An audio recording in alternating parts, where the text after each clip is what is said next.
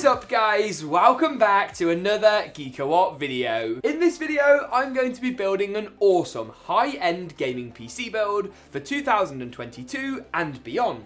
Featuring one of the brand new 12th gen Intel processors, an RTX 3070, and a Z690 motherboard from this video's partners Intel and GIGABYTE. This is gonna be a cracker. I'll be running you through all of the components in this video and covering off the build process from start right through to finish, rounding things off later with a legendary GeekaWhat montage and of course some gaming benchmarks. Let's do this. I'm going to kick things off by installing the CPU, memory and the SSD into the motherboard. This right here is the Intel Core i7-12700K, one of the new high-end chips from Intel. With great single and multi-threaded performance, their brand new efficiency and performance cores, it's an absolute cracker. And it's gonna work really well for gaming at 1080, 1440p and even 4K with the latest GPUs. I'll be pairing it up with this Aorus Master Z690. There's a wild screw loose in the Z690 Aorus Master. Now this is one of the high-end boards from GIGABYTE. It's got 10 gigabit LAN on the rear, it's got support for the latest DDR5 memory, and PCIe Gen 5 support. I'm going to come back to the SSD in a moment though, and actually finish installing the processor to begin with. Go ahead and locate the golden triangle on the CPU itself, and match this up with the bottom left-hand corner of your CPU socket. If I spin that round to try and get you guys a slightly better angle, we can simply go ahead, pull up the retention arm on this Aorus socket, drop the processor in nice and gently. You don't want to bend any of the pins on the socket, so do be careful of that, and then push the socket cover down. The black plastic protector will then fly off, and we can finish off by returning the arm back in its original place. Now, once the CPU's in, it also makes sense to go ahead and pop in the RAM, or the memory. This right here is a limited edition kit of Corsair Dominator DDR5. The first edition is actually DIMMs number 50 and 49. Wow. We're going to be installing it into the second and the fourth RAM DIMM slots nice and easily. With Corsair's Capellix RGBs, they're going to light up like a Christmas tree. Very apt for this rough time of the year. Not quite sure when this video is going out. Probably not Christmas Day though. Anyway, we can go ahead and round things off by popping our two RAM DIMMs in. Lovely. While we're here, it also makes sense to go ahead and install our M.2 SSD. Now, to do this, we need to actually start by removing one of these metal covers on the top of the motherboard. This is like a built-in SSD heatsink, if you will, but for this video, I've picked up a drive that has its own. So unfortunately, this really quite good-looking mass of cooling can be put to one side to make way for Samsung's 980 Pro with a heatsink. Widely regarded as one of the best Gen 4 NVMe drives around right now, the heatsink version, aimed primarily at PC and PS5 users, keeps the drive cool. Something that's important for Gen 4 SSDs with all that power that definitely run hotter than the last generation counterparts. Removing the security seal on our Gen 4 SSD reveals the drive itself. A really good looking drive actually,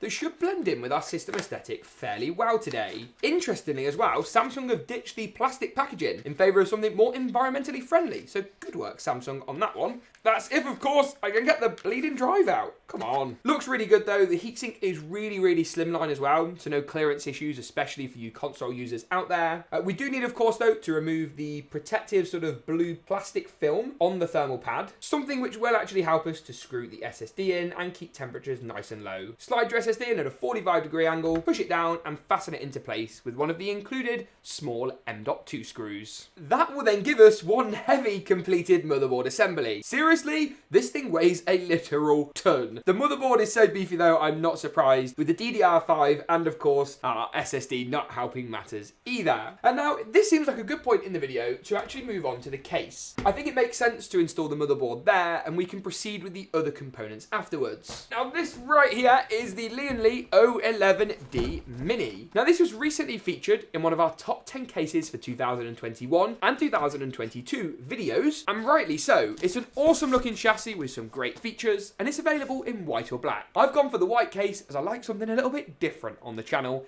every now and again. When using any case, it makes the most sense to remove all of the side panels first off. In our case, we've got glass on the main side, we've got a further glass panel on the front of the chassis as well, giving it that iconic sort of fish tank look.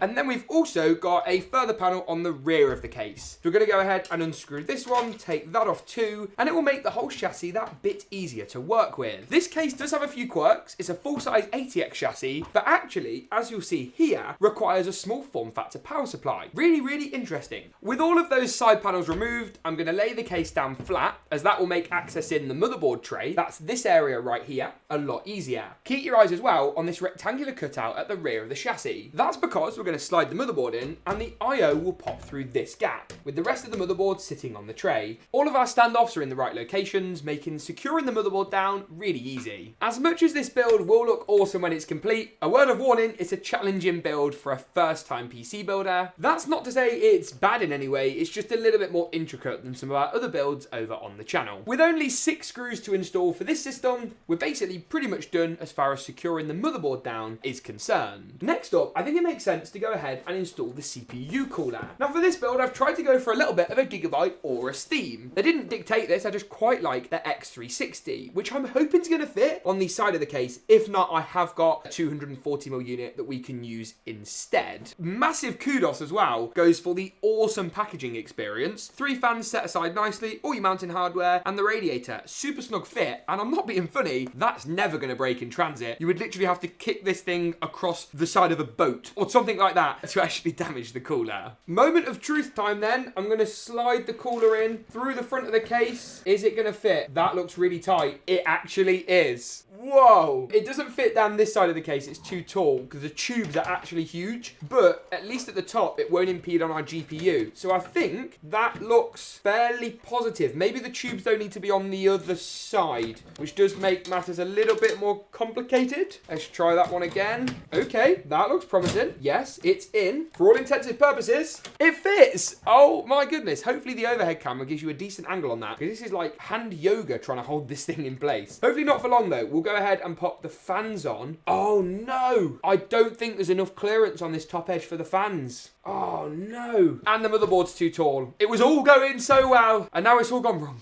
Let's just try one more time to see if this 360mm will fit before we give up, start waving our white flag and move over to a different radiator. No, it's not going to fit. I'm literally devastated. Oh no.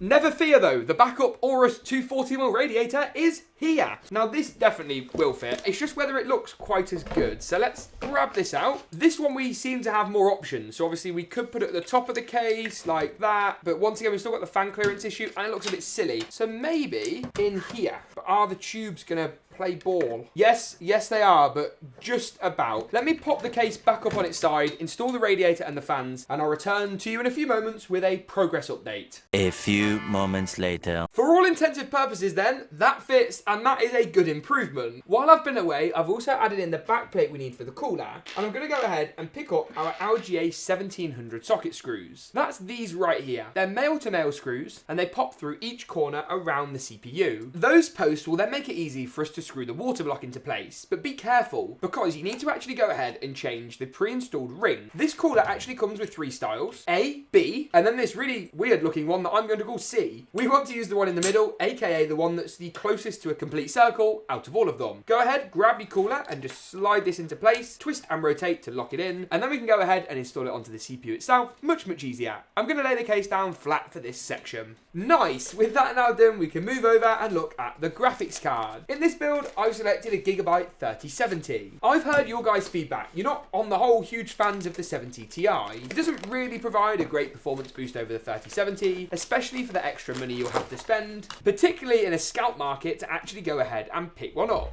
Now the GPU is going to work really nice in this build. You need a massive GPU to affect any of that clearance, and it means the radiator could be push-pull as well. So if you wanted some more fans, you wanted some more airflow, it's more than capable of allowing that to happen. A great card at 1440p, pretty good at 4K, just sadly still difficult to get a hold of. We talked about the recent GPU crisis in a recent video, so please do check that out for a little bit more about when the situation might, if ever, actually improve. Now for this build, in one of those here's one I prepared earlier moments, I've taken off the 2 two rear PCI lane covers that we need to remove, and I can slide the GPU in. Looking good. Now you may prefer to go for the black version of the O11D Mini if you're replicating this build for yourself, but I'm sure with a bit of RGB, the white will fit in quite nicely. Go ahead and secure your GPU into place, and we can round things off by looking at the power supply. Speaking of which, this right here is the Cooler Master V850 SFX, a fully modular 80 plus gold certified power supply that is absolutely tiny. That's because this case only supports small form factor units. That's one of the big differences between this and the O11D full size version. What it does mean as well is that the cables are going to be too short, so I'm not going to wire things up right now. I'm instead going to add some cable extensions a little bit later. We can of course though still screw the power supply in, we can still manage all of our cables, and once we've done that we can go ahead and boot the system up to see just how well it performs, but first how good it looks in the signature GeekaWhat montage, one of the last of 2021. Enjoy the visuals coming your way, and I'll see you in a second for the gaming benchmarks.